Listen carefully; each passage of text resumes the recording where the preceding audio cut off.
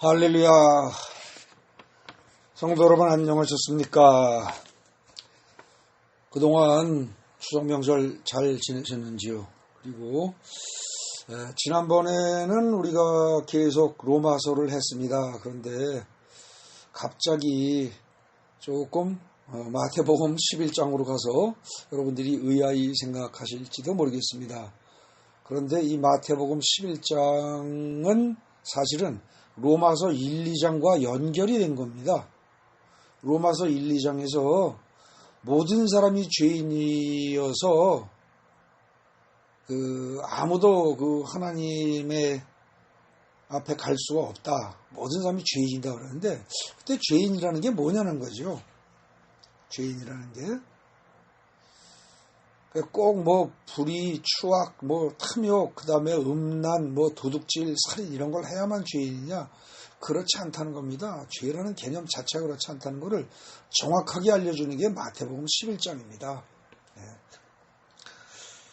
네. 마태복음 11장은 여러분들이 흔히 성경 귀절 중에서 28절 수고하고 무거운 짐지하더라 다 내게로 오라 내가 너희를 쉬게 하리라. 이걸로다가 이제 잘 알려져 있는 장입니다. 그리고 그 11장 28절 그 말씀은 제가 그 전에 젊었을 때 가만히 생각해보면 버스 정거장에 그 말씀을 이렇게 붙여놓기도 했었어요. 버스 정거장 같은데. 그리고 또 남을 전도하기 위해서 전도지에 항상 자주 들어가는 말씀 중에 하나가 이제 이 마태복음 11장 28절입니다. 수고하고 무거운 짐진 자들아 다 내게로 오라 내가 너희를 쉬게 하리라. 그래서 그 말을 들으면 사람들은 대개 그 수고하고 무거운 짐이라는 게 자기가 인생 살면서 힘든 것들, 인생살이에서 어떤 고난, 이를테면 병에 걸렸다든지 중병에 걸렸다든지 말이죠. 아니면 경제적으로 심한 고통 속에 있다든지 등등, 아니면 여러 가지 무슨 스트레스를 받는다든지, 세상살이에서 오는 각종 스트레스와 세상살이의 짐들, 고통들, 이렇게 보통 생각들을 합니다.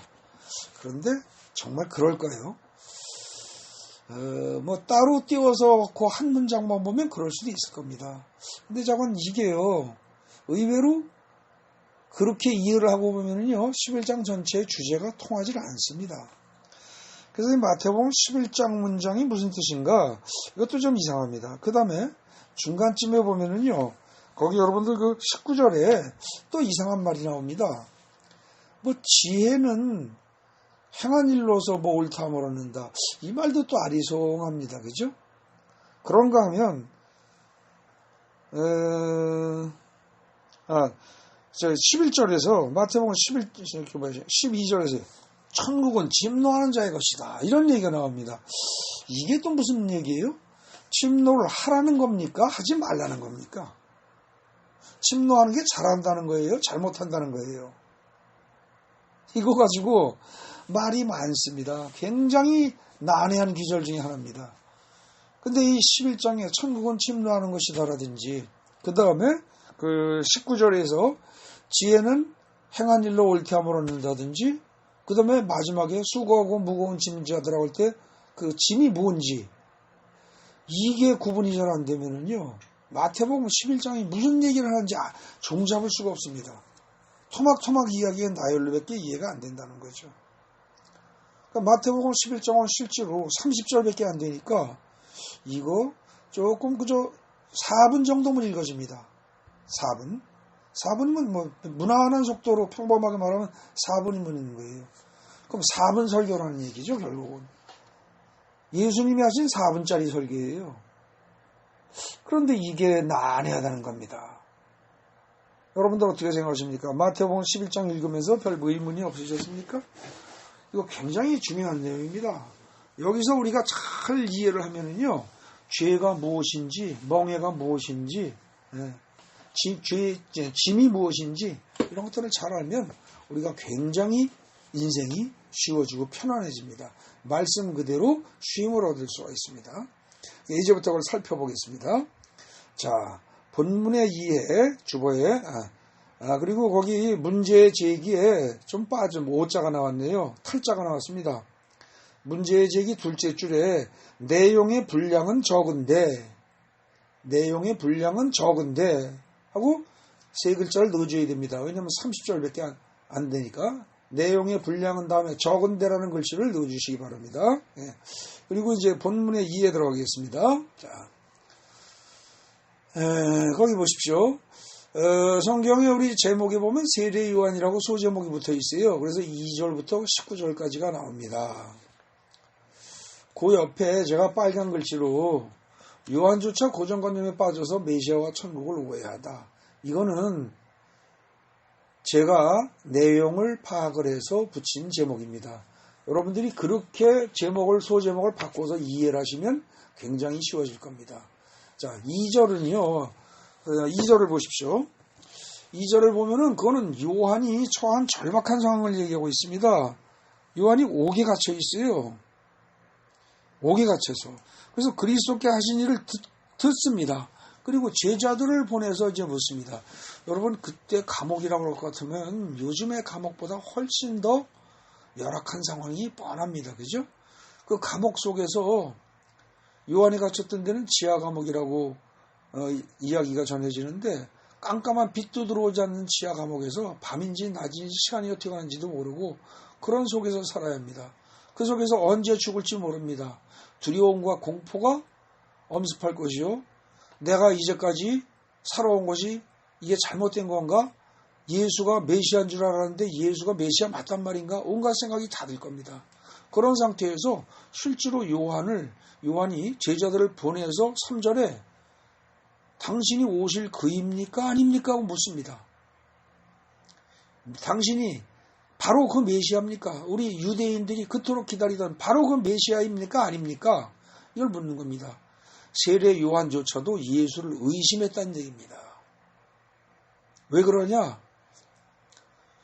요한이 생각하기에는요, 다윗과 같이 강력한 어떤 정치적, 군사적인 그런 강력한 왕권을 지닌 메시아가 나타나서 로마 제국을 일단 무너뜨리고, 그리고 이스라엘 나라를 재건할 것으로 요한은 생각을 했던 겁니다. 그리고 자기 같은 선지자를 당연히 구해줘야 된다고 생각을 하죠.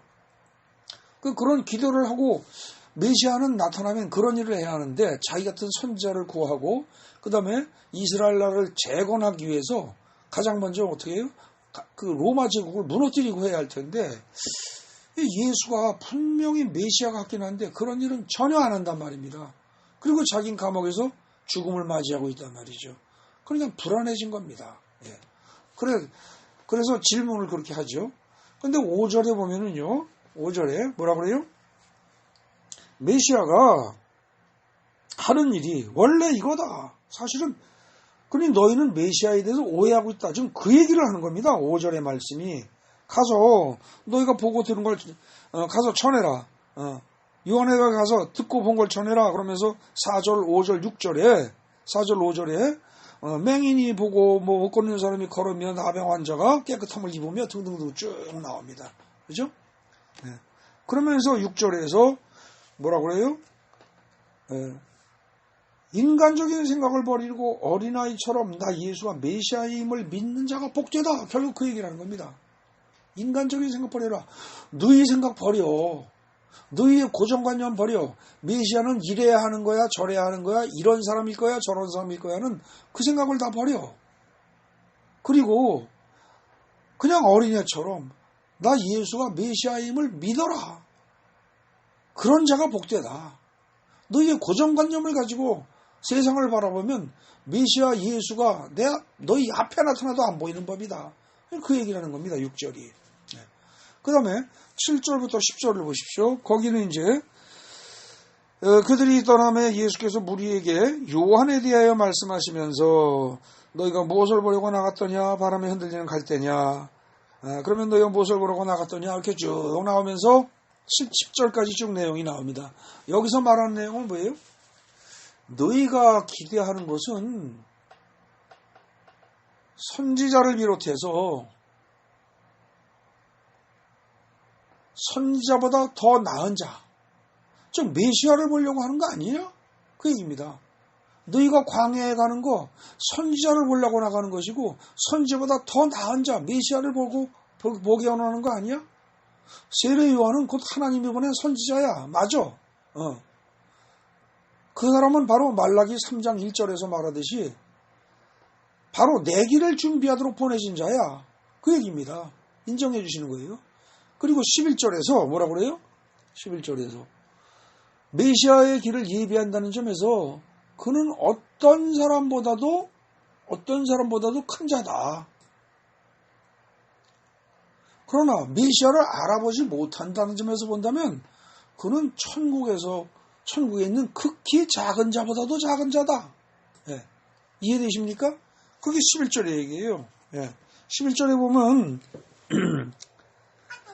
여자가 낳은 중에서 제일 크다고 그럽니다. 근데 천국에 있는 사람이 보면 또 훨씬 더 적대요. 그게 무슨 얘기냐는 거죠. 그게 바로 메시아의 길을 예비한다는 점에서는 어떤 사람보다 어떤 선지자보다 크다, 훌륭하다. 그러나 메시아를 알아보지 못하고 천국을 오해한다는 점에서 본다면 천국에 있는 아주 보잘것없는 사람보다도 더 작은 자다. 그 얘기를 합니다. 그 다음에 이제 12절에 세례 요한의 때부터 지금까지 천국은 침노를 당한다. 아주 기묘한 말이 나옵니다. 이게 정말로 심각한 난해 기절인데요. 이거 번역 잘못됐습니다. 사실은 잘못됐어요. 이게 그래서 그래요. 그걸 바르게 번역한 게 제가 여러분 주보에 써놓은 그겁니다. 세례 요한의 때부터 지금까지 거기까지 맞습니다. 천국은 폭력으로 시달리고 있답니다. 폭력으로 시달리고 있다. 그 다음에 즉 폭도들이 폭력을 쓰는 자들이 천국을 강탈하려고 하고 있는 중이다. 이거 진행형으로 해석해야 됩니다. 헬라어의 현재 시제는 어떠하다라는 사실을 이야기하기도 하지만 이거는 현재 진행을 뜻합니다. 동시에. 그래서 이 부분에서 이 진행으로 의미를 살리지 않으면 이 심각한 오해가 생깁니다. 세례 요한의 때부터 지금까지, 그러니까 세례 요한에부터 지금까지 천국이 폭력으로 시달린다는 거예요. 세례 요한 이전에는 천국이라는 개념이 있었어요? 별로 없었습니다. 하나님 나라라는 개념이 별로 없었어요. 그런데 세례 요한이 와서부터 뭐라고 그래요? 천국이 가까웠느니라 회개하라 천국이 가까우느니라 이랬단 말입니다. 세례 요한 때부터 천국을 얘기했고 예수님 역시 똑같이 세례 요한하고 똑같이 천국이 가까우느니라 회개하라 이랬단 말이죠. 근데 이 천국이 폭력에 의해서 시달리고 있는 중이라는 겁니다. 그게 무슨 말이에요? 천국은 원래 폭력으로 무력으로 얻어지는 게 아닌데 사람들은 이걸 폭력으로 무력으로 얻으려고 생각을 한다는 거예요. 즉 예수님이 메시아인 예수님이 왔는데도 불구하고 부드럽게 조용히 자기를 드러내지 않고 그러면서 많은 사람들을 구원하시는 메시아가 메시아인 줄 모르는 거예요. 질병에서 치료하고 귀신을 쫓아내고 여러 가지 기사와 이적을 행하면서 사람들을 고난 속에서 건져내는 그 메시아가 메시아인 줄 모르고 정치적으로 군사적으로 강력한 어떤 힘을 가진 다윗과 같은 왕이 와서 로마 제국을 무력으로 무너뜨리고 그리고 악한 사람들을 다 제거하고 이스라엘 독립시키고 뭐 이렇게 해서 천국이 이루어지는 걸로 착각을 한다는 거죠. 그래서 세례 요한의 때부터 나 예수가 지금 이 시기까지 천국이라는 것이 폭력을 쓰는 사람들이 들어오려고 발버둥을 친다는 거예요. 천국을 이루려고 그들이 막 발버둥을 친다는 거죠. 그러면서 천국이 완전히 가장 요즘식으로 쉽게 얘기하면요. 천국이 완전히 뭐라 그럴까? 아주 개고생을 하고 있다? 표현이 좀 뭐하지만 그 얘기입니다. 천국이라는 개념이 그야말로 폭력에 의해서 개고생을 하고 있는 중이다. 즉 폭도들이 천국을 막 강탈하려고 있는 중이다. 이런 뜻이란 말입니다. 그런데 이걸 갖다가요, 문장을 따로 띄워서 해석을 하면 해석이 거의 안 됩니다. 이게 천국을 침노한다는 말이 좋은 것으로 해석될 수도 있고요. 침노하는 자들이 천국을 차지한다는 말이 좋은 말처럼 들리기도 하고, 뭐 틀렸다고 하기도 하고, 막 상반된 극과 극의 해석이 나온다는 거죠. 근데 사실 이 12절은 천국은 무력으로 강탈하려고 침노한다고 해서 되는 거 아니란 뜻입니다. 이걸 잘 하셔야 됩니다. 그래야만 이게 11장 전체가 문맥이 통합니다. 그러면서 왜 이제 13절은요, 왜 천국이 이렇게 오해를 받고 있느냐, 그리고 왜 그 무력을 쓰는 자들이 천국을 강탈하려고 애를 쓰느냐, 그럼 왜 그러냐? 13절에 나오는 거예요. 왜 그러냐 하면, 왜냐하면이란 말도 성경에서 지금 한글 성경에서 번역을 안 했습니다. 모든 선지자들과 율법이, 즉 구약 성경이 말라기 4장 5절 6절, 말라기 맨 끝절입니다. 말라기서의 맨 끝절.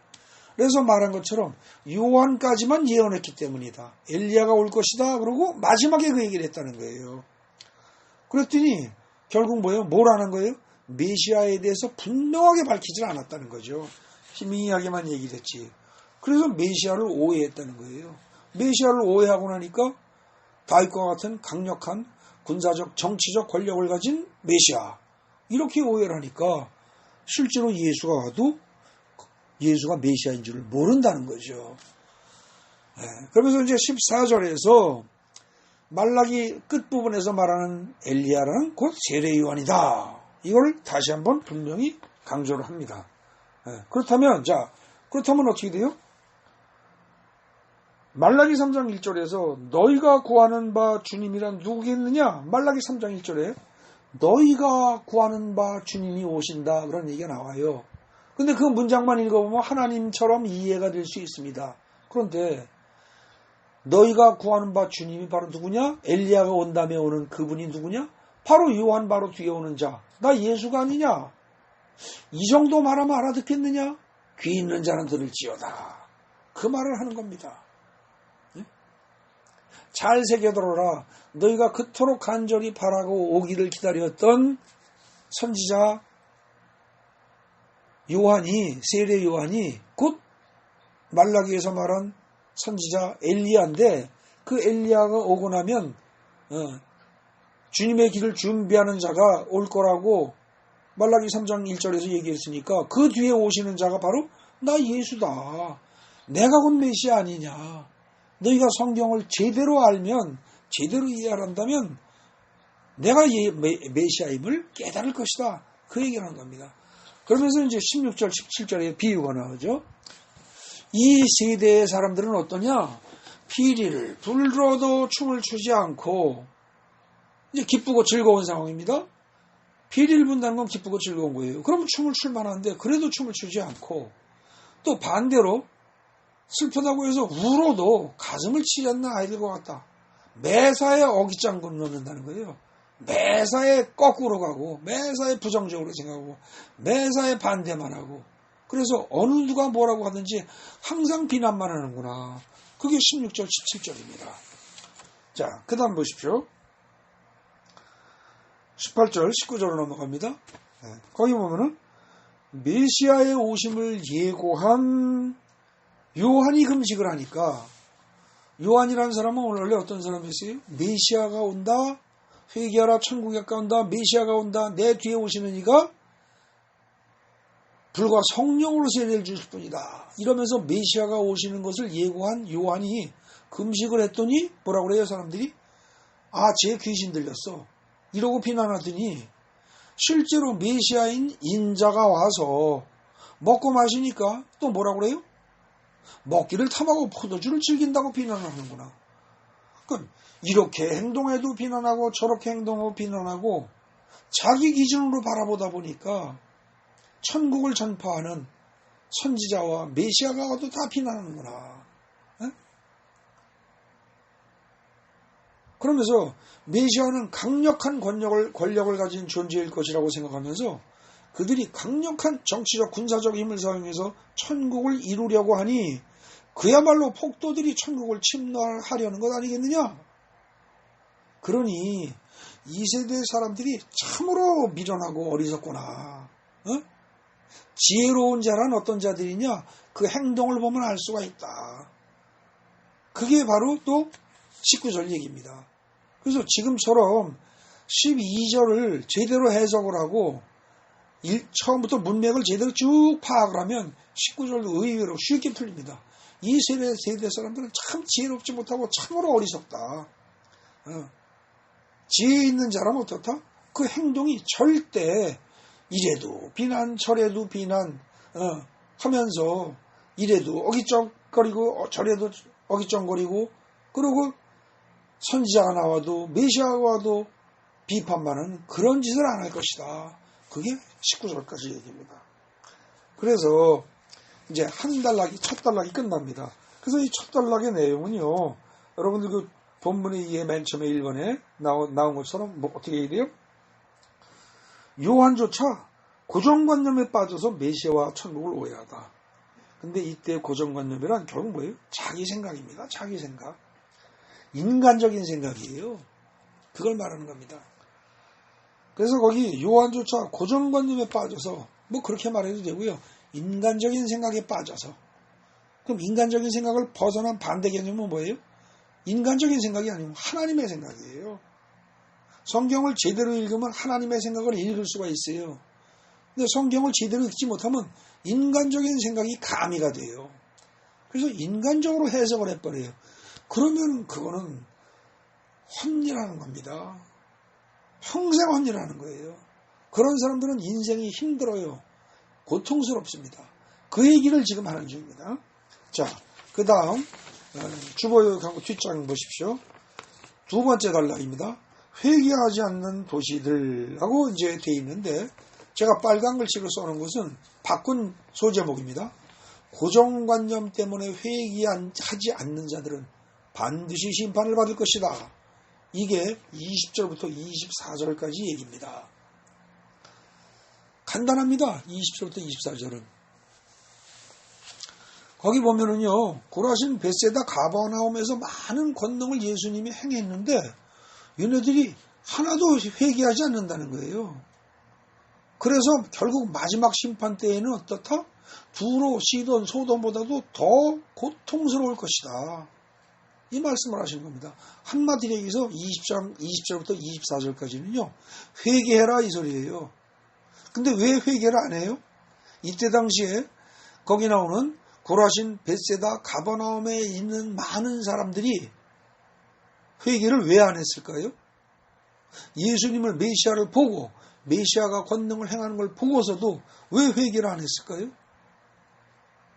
그 사람들이 간단해요. 자기 생각에 빠진 거예요. 자기 기준으로, 자기 판단으로 모든 걸 다, 자기 기준으로 세상 모든 걸 다 판단하는 거예요. 그리고 예수의 말을 안 믿는 거예요. 자기 생각을 가지고 예수의 말을 부정하는 사람들. 자기 생각이란 결국 뭐예요? 자기가 세상에서 보고 듣고 배운 거예요. 결국 세상적인 생각이에요. 자기 생각, 좀 넓게 말하면 뭐예요? 세상적인 생각을 가지고 예수의 말을 부정하는 사람들. 그 사람들은 자기가 옳다고 생각하고 세상적인 판단이 옳다고 생각하기 때문에 회개할 필요성을 못 느끼는 사람들입니다. 그 사람들은 반드시 심판받는다는 거예요. 여러분들 교회에 갑시다. 예수 믿으세요. 그런데 반대하는 사람이 그럽니다. 아, 너나 잘 믿어. 나는 죄인 아니야. 내가 무슨 죄를 졌다고. 너나 잘 믿어. 이렇게 말하는 사람들이 있습니다. 그 사람들은 자기 기준으로 죄를 판단하기 때문입니다.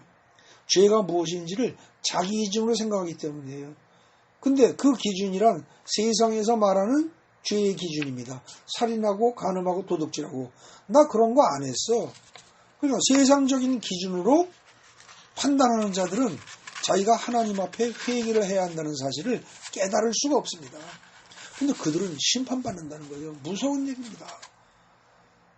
이게 이 둘째 단락이 단순히 고라신, 벳세다, 가버나움에 대한 얘기만이 아닙니다. 이게 오늘날 교회를 안 다니는 사람들, 교회를 나가자 예수를 믿자라고 할 때 거부하는 사람들, 또 심지어 교회를 다니면서도 수십 년 교회를 다니면서도 자기 생각 못 버리고요. 세상적인 생각 못 버린 사람들, 그 사람들 결국은 마지막 심판 때 두로, 시돈, 소돈보다 더 고통스럽다는 얘기입니다. 실로 무서운 얘기입니다. 안 믿는 사람만이 아니라 믿는 사람들도 심각히 받아들여야 할 것이 바로 이 둘째 단락입니다. 그리고 셋째 단락으로 갑니다. 셋째 단락에 짐진 자들아 내게로 오라 이렇게 나와 있습니다. 네. 이번에 이 소제목은 그럭저럭 잘 붙은 것 같습니다. 근데 좀 길지만 너희의 멍에와 너희의 짐을 버리고 내 멍에와 내 짐을 져서 쉼을 얻으라. 셋째 단락은 다 요약하면 그 얘기입니다. 그리고 이제 25절, 26절에서요. 여러분 성경 본문 보십시오. 25절, 26절 한번 보십시오. 여기 뭐라고 돼 있어요?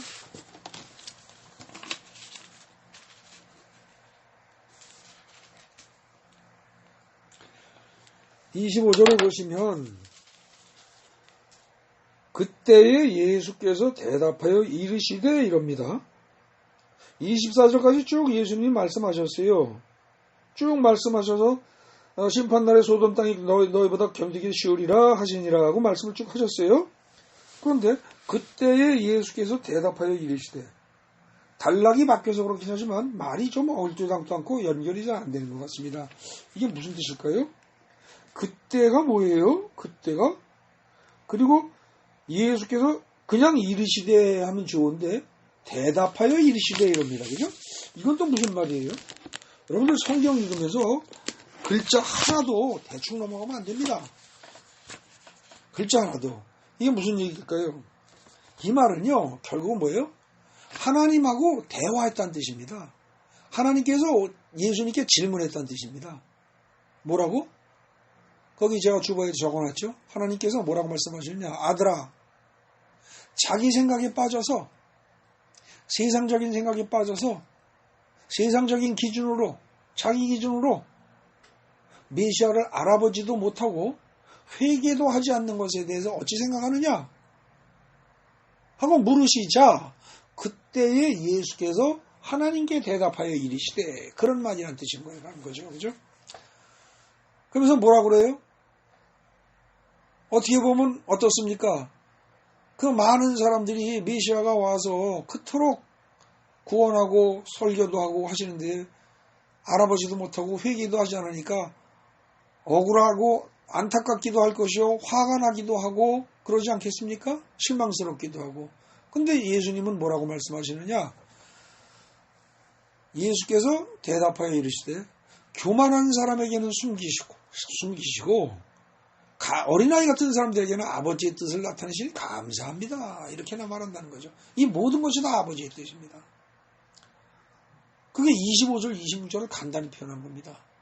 교만한 사람, 잘났다고 하는 사람, 똑똑하다고 하는 사람, 그런 사람들한테는 아버지의 뜻을 숨기시고 그냥 어린아이같이 그냥 순진하고 순수하고 그런 사람들은 예수를 따르는 사람들이죠. 그런 사람들에게는 아버지의 뜻을 나타내시니 감사합니다. 이 모든 것이 다 아버지의 뜻입니다. 그렇게 이야기를 합니다. 그 다음 27절에서 이제 27절 보십시오. 아버지께서 내게 모든 것을 주셨습니다. 그러나 아버지 외에는 아무도 아들을 알지 못합니다. 이건 뭐예요? 아들이 메시아임을 모른다는 거예요. 아직까지 모른다는 겁니다. 그런데 또 아들과 아들의 소원대로 계시를 받은 자, 즉 아들의 소원대로 계시를 받아서 아들이 메시아임을 아는 자 외에는 아버지가 누군지도 아무도 모른다는 거예요. 이해되십니까? 여러분들 교회 다니시면서 지금 예수가 하나님의 아들인 거 아시죠? 그건 바로 뭐냐? 예수가 하나님의 아들이란 걸 안다. 그거는 아버지밖에는 하나님 아버지밖에 몰랐던 건데 여러분들도 하나님 아버지처럼 그 사실을 하니까 대단한 존재라는 뜻입니다. 또 하나님의 아들인 예수와 예수의 소원대로 계시를 받았기 때문에 그걸 알게 된 거예요. 그래서 여러분들은 하나님도 이제 아는 자가 된 거예요. 굉장히 대단한 사람으로 바뀐 겁니다. 그 얘기를 지금 하시는 겁니다. 그런데 이게 27절이 참 애매한 게 있습니다. 여러분들 뭐 이건 중요하지 않다고 생각할 수도 있지만 잘 생각해 보십시오. 이 27절이 여러분들 성경 보면은 맨 마지막에 27절 끝부분에 끝이 어떻게 돼 있어요? 아버지를 아는 자가 없느니라 그랬어요. 그럼 없느니라 그러면 이거는 뭐예요?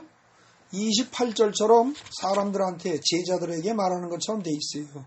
근데 지금 저는 27절을 아무도 아버지를 알지 못합니다. 이러고 하나님께 말씀드리는 것처럼 저는 번역을 해놨어요. 자, 누구에게 말한 걸까요? 잘 생각해 보십시오. 뭐 그게 그렇게 큰 차이가 나느냐? 뭐 큰 차이 안 날 수도 있습니다. 근데 아마 문맥으로 볼 때 제가 보기에 27절까지는 분명히 하나님께 대해서 기도하면서 드린 말씀입니다. 네. 그리고 28절에서 이제 전환이 이루어집니다. 28절에 뭐라고 그래요? 수고하고 무거운 짐들아 짐작 다 내게로 와. 내가 너희를 쉬게 하리라. 자, 여기서 우리는 이 수고하고 무거운 짐이란 말을 보통 내가 가지고 있는 세상 살면서 겪는 고난, 예컨대 질병이라든지 가난이라든지 어떤 그 일에서의 어떤 직장에서의 스트레스 뭐 이런 것들로 생각을 합니다. 그런데 그거 아니에요. 여러분들 잘 아셔야 됩니다. 여기 마태복음 11장 전체적인 문맥에서 맥락에서 말하는 수고하고 무거운 짐은요. 절대 그거 아닙니다. 질병, 가난, 뭐 업무상 스트레스, 기타 세상 살면서 겪는 모든 고난, 이게 수고하고 무거운 짐이에요?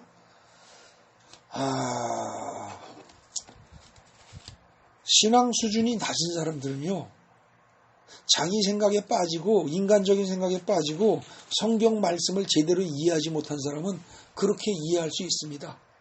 또, 그렇게 이해한다고 할 때 하나님이 그걸 가지고 안타까워하시지, 뭐 야단을 치시진 않을 겁니다. 근데 사실은요, 질병, 가난, 세상 살면서 겪는 고난, 이런 거 아니에요. 문맥상 분명히 뭐예요? 수고하고 무거운 짐을 지는다.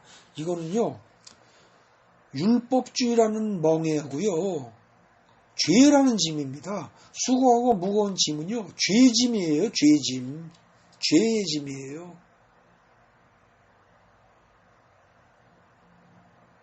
죄라는 짐입니다. 그것 때문에 수고하고 무겁다는 거예요. 그리고 그 죄라는 짐을 지게 하는 게 뭐냐? 율법주의라는 명예라는 겁니다. 율법주의. 이 하나님의 말씀을 그대로 액면 그대로 받아들이지 않고 인간적으로 해석해버린 게 율법주의입니다. 율법을 그대로 받아들이지 않고요. 율법을 그대로 받아들이면 어떻게 돼요? 내가 죄인이구나라는 것만 깨닫습니다. 근데 율법을 그대로 지키려고 들면 어떻게 돼요? 즉 율법주의자가 되면 그때는 어떻게 됩니까? 죄의식에 눌려 삽니다. 죄라는 짐을 질 수밖에 없다는 거죠.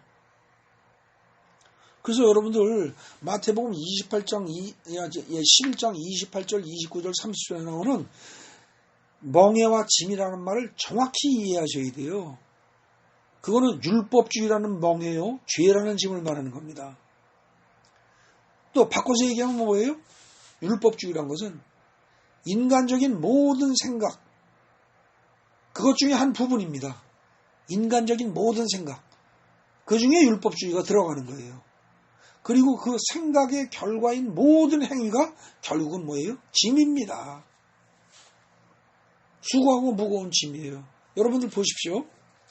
집에서 부부간에 왜 싸웁니까? 남편은 남편 나름대로 자기 생각을 가지고 살아갑니다.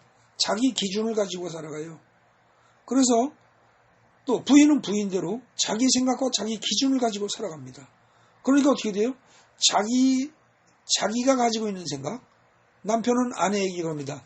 아니 여자가 말이야 남편을 뭐 좀 존경할 줄 알아야지. 남편이 그렇다면 그런 줄 알아야지. 뭐 이런 식의 자기 생각, 인간적인 생각, 이걸 가지고 살아갑니다. 그리고 그 생각을 그대로 행동으로 나타냅니다. 그러면 그것이 결국 어떻게 돼요? 상대편 부인에게도 큰 짐이 되고요. 그것 때문에 자기도 어떻게 돼요? 힘들어집니다. 인간적인 모든 생각, 이것 때문에 이걸 내세우다 보면 남편과 아내가 싸우고 부모와 자식이 싸우고, 부모 자식이 왜 싸워요? 부모 자식이 싸워서는 안 되는 거예요. 근데 왜 싸워요? 자기 기준을 가지고, 자기 생각을 가지고, 자기 잣대를 가지고 상대편을 판단하기 때문입니다. 즉 선악과를 먹은 짓을 그대로 하고 있다는 거예요. 수고하고 무거운 짐은 왜 생겨요? 선악과를 먹은 아담처럼 우리도 오늘날 수없이 많은 선악과를 매일매일 수도 없이 먹어대니까 인간적인 모든 생각에 자기 생각에 빠져서 자기가 기준이 돼가지고 그렇게 해서 행동하니까 그것이 결국은 어떻게 됩니까? 모든 사람들을 그 다음에 그 인간적인 생각을 기준으로 살아가면은요 반드시 그 결과 그 나타나는 모든 행위들이 서로에게 짐이 되고요 서로에게 고통을 주고 서로 인생살이를 무겁게 힘들게 만듭니다. 그 다음에 보십시오. 결국 자기가 가진 고정관념 그리고 그 고정관념에 따른 모든 행위 이게 결국은 뭐예요? 자기가 가진 고정관념이 결국은 멍해예요. 그리고 그 고정관념이 만들어낸 모든 행위가 이게 결국은 뭐예요? 이게 수고하고 무거운 짐이에요. 이게 죄악이라는 거죠. 그 다음 29절 30절 보십시오. 세상 사람들은 마음이 악하고 교만하지요. 세상 사람들은 마음이 악하고 교만합니다. 그래서 인간적인 생각 혹은 율법주의라는 이 어려운 멍해와 무거운 죄의 짐을 지고 살아야 됩니다. 인간의 생각이 악하고 교만해. 악해요. 악하니까 어떻게 돼요? 그 악한 인간 속에서 나오는 생각은 어때요? 역시 더럽고 무거운 짐이 된다는 거죠. 그리고 율법이란 건 원래 하나님이 주신 좋은 거예요. 근데 그걸 인간이 나름대로 해석하면서 율법주의로 만들어 놓고 나니까 어떻게 돼요? 무거운 짐이 되는 거예요. 그게 자기를 누르는 무거운 어려운 멍해가 되고요. 그로 인해서 죄의 짐에 눌려 살 수밖에 없다는 거예요. 그러니까 어떻게 돼요? 안식이 항상 없어요.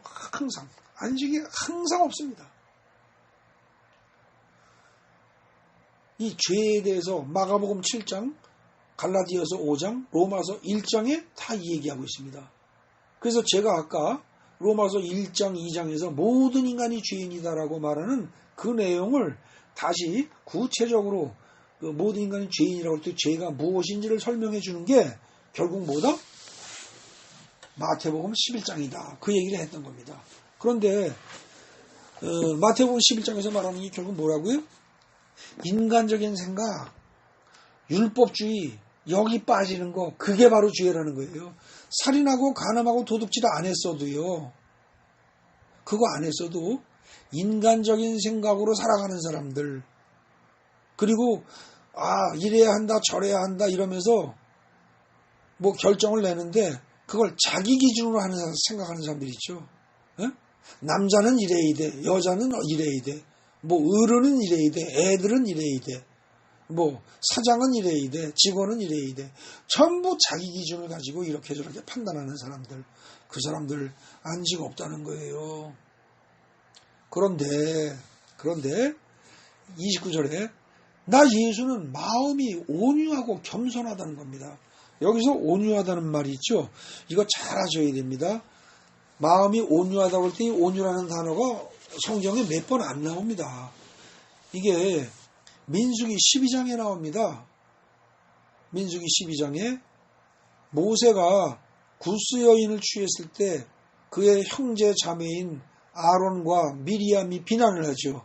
그때 모세가 일체 그 비난에 대해서 왈가왈부 답변하지 않습니다. 입 꾹 다물고 있습니다. 근데 그때 하나님이 모세를 보고 뭐라고 그러세요? 모세를 평가하기를 온유함이 이 세상에서 가장 최고인 사람이다. 에? 이렇게 얘기하십니다. 온유하다는 건 무슨 뜻이냐? 여러분들 주보 예배 순서지 맨 밑에 줄에 보십시오. 거기 보면 온유란 뭐예요? 자기가 판단의 주체가 되지 않고 하나님의 판단에 순종하는 것, 이게 온유입니다. 이게 성경이 말하는 온유예요. 자기가 판단의 주체가 되지 않는 거예요. 시시비비 선악 판단 자기가 안 하는 거예요. 그리고 하나님의 판단에 그냥 순종하는 거예요. 세상적인 비난과 칭찬에 흔들리지 않는 거예요. 내가 판단의 주체가 되지도 않고 세상 사람들이 나를 어떻게 판단하고 칭찬하든 비난하든 흔들리지 않는 거예요. 무시해버리는 거예요. 그리고 오로지 하나님의 판단에 순종하는 거. 이게 온유입니다. 정확한 온유예요, 이게. 성경에서 말하는. 근데 나는 예수는 어떻다? 마음이 온유하다. 나는 내가 판단하지 않는다. 하나님이 하시는 판단에 그대로 순종할 뿐이다. 그래서 나는 겸손한 사람이다. 하나님이 보시기에 겸손한 사람이 겸손한 사람이지, 인간이 보기에 겸손한 거, 그거는 겸손 아닐 수 있습니다. 겸손인 척 하지만 어떻게 돼요? 속으로 계획된 겸손이고요, 위선이고요, 교만일 수 있습니다. 근데 하나님이 보시기에 온유한 사람, 하나님이 보시기에 겸손한 사람, 예수는 그렇다는 거예요. 그러니 나의 멍에를 메고 내게 배우라. 이게 뭐예요? 그때 말하는 나의 멍에가 하나님의 생각과 하나님의 말씀입니다. 하나님의 생각, 그리고 그 하나님의 생각을 기록한 성경 말씀. 이게 나의 멍에라는 거예요. 이거를 메고 내게 배우라. 그리하면 너희 마음이 쉼을 얻으리니 안식을 얻을 것이다. 샬롬, 평강을 얻을 것이다. 그 얘기입니다. 이는 내 멍에는, 즉 뭐예요? 하나님의 생각을 기록한 말씀은 쉬워요. 어렵지 않다는 거예요. 그거 얻으려고 하늘 꼭대기까지, 하나님의 말씀을 얻기 위해서 하늘 꼭대기까지 올라가려고 애쓸 필요 없어요. 그거 하나님의 말씀을 얻기 위해서 온 세상을 다 찾으면서 돌아다닐 필요 없어요. 지옥까지 가고 천상까지 갈 이유가 없어요. 그냥 쉽게 우리가 얼마든지 접할 수 있어요. 그리고 그거 따를 수 있어요. 그래서 내 멍에는 쉽다는 거예요. 그리고 내 짐은 가볍다. 내 짐은 뭐예요? 예수의 말씀을 따른 결과입니다. 그러면 세상 죄의 짐은 뭐고요? 자기 생각을 따르고 세상의 판단을 따른, 세상의 생각을 따른 결과가 죄의 짐이고요. 예수가 말하는 예수의 짐은 뭐예요? 예수의 말씀을 따른 결과입니다. 근데 예수의 말씀을 따르면 어떻게 돼요? 수고하고 무거운 짐자 다 내게로 오라. 내가 너희를 쉬게 하리라. 휴식이 온다는 거예요. 안식이 온다는 거예요. 쉼이 온다는 거예요. 너희는 마음에 근심하지 말라. 하나님을 믿으니 또 나를 믿으라. 근심 걱정이 사라진다는 거예요. 네. 무엇을 먹을까, 무엇을 마실까, 무엇을 입을까 염려하지 말라. 그런 것들은 다 이방인들이 하는 것들이다. 너희 아버지께서 다 아시고 다 채워주신다. 그대로 따르라는 거예요. 그러면 그 결과 어떻게 돼요? 마음이 편안해집니다. 안식이 옵니다. 평강이 와요. 기쁨이 옵니다. 그렇게 된다는 겁니다. 굉장히 중요한 얘기예요. 지금 이거는. 수고하고 무거운 짐자들아 다 내게로 내가 너희를 쉬게 하리라. 이 말은 내 짐은, 내 멍에는 쉽고 내 짐은 가볍다. 내 멍에는 쉽고 내 짐은 가볍다. 이 말이 뭐예요? 하나님의 생각을 따라서 하나님의 말씀을 따라 하나님의 말씀을 지고 살아라. 그러면 그 말씀을, 하나님의 말씀을 따른 결과는 어떻다? 인생이 평강과 기쁨으로 안식으로 가득 찰 것이다. 그 얘기입니다. 여러분들 마음속에 무슨 짐이 있습니까? 돈 하면서 돈에 얽매인 사람들, 내 생각에 사로잡힌 사람이요, 세상 생각에 사로잡힌 사람들입니다. 그 사람들은 결국은 자기 죄, 돈에 대한 어떤 갈망과 욕망과 그 짐을 지고 살아야 되는데 여러분들 어렵습니다. 힘듭니다. 잠시 얻어지는 것 같지만 이내 다 사라지고 나중에 죽을 때까지 돈을 많이 가져도 결국 죽고 나면 어떻게 돼요? 죽을 때가 되면 그것이 낙엽보따리보다 나을 것이 하나도 없습니다. 썩어버린 낙엽을 산같이 싸는 것과 다를 바가 없습니다. 아무 의미가 없다는 걸 깨닫게 될 것입니다. 심각한 얘기하는 겁니다. 자, 여러분들 결론의 요약 보십시오. 인간이 자기의 지식과 감정과 의지를 버리지 못하면 메시아가 눈앞에 있어도 오히려 메시아를 비난하며 천국에 들어갈 수 있는 첫걸음인 회개를 할 생각조차 하지 못한다. 이게 지금 전체 요약하는 겁니다. 심지어 세례 요한조차도 자기 생각을 버리지 못했었다. 그리고 지금 이제 또 고라신과 벳세다 가버나움이 그랬듯이 오늘날 우리들 역시 자기 생각을 버리지 못하면서도 이를 회개하지도 않고 잘도 살아갑니다. 그런데 마태복음 11장에서 말하는 건 뭐예요? 자기 생각을 버리고 세상 생각을 버리고 예수의 말씀을 받아들이고 예수의 말씀대로 살아가라. 그것이 곧 예수가 주는 쉬운 멍에를 매는 것이요 가벼운 짐을 지는 것이다. 율법주의를 포함해서 모든 자기의 생각을 다 버리고 어린아이처럼 주님의 생각과 말씀을 받아들이는 자가 곧 천국의 안식을 얻을 것이며 또 구원을 받게 될 것이다. 아주 일관되게 마가복음 11장은요 처음부터 끝까지 다 그 얘기하는 겁니다. 여러분은 어떻습니까? 이제 전체적인 이야기가 무슨 뜻인지 이해가 되십니까? 네. 거기 주일 예배 순서지 바로 밑에 보면은요 마가복음 11장에서 묵상 기도해야 할 것 그러고 제가 적어놨습니다. 이거는요 그냥 여러분들에게 집에서 읽고 생각해 보시라고 그냥 적어놨습니다. 일일이 이것까지 얘기하지는 않겠습니다. 오늘 제가 설명했던 내용들 다시 한번 잘 기억하시고 생각해 보시고 그 끝에서 마가복음 11장에서 묵상 기도해야 할 점 이것들은 집에서 여러분들이 곰곰이 생각하시고 자꾸 묵상해 보십시오. 그리고 그 답을 한번 잘 찾아보시기 바랍니다. 네. 자, 기도하겠습니다. 참 좋으신 하나님 아버지 감사합니다. 감사합니다. 감사합니다. 갑자기 마태복음 10장으로 갔습니다. 그래서 로마서와 무관한 것 같지만 로마서 1장, 2장에서 모든 사람이 죄인이라고 했을 때 그 죄라는 말을 마태복음 11장에서는 수고하고 무거운 짐으로 바꿔서 표현한 것임을 깨닫게 해주니 감사합니다.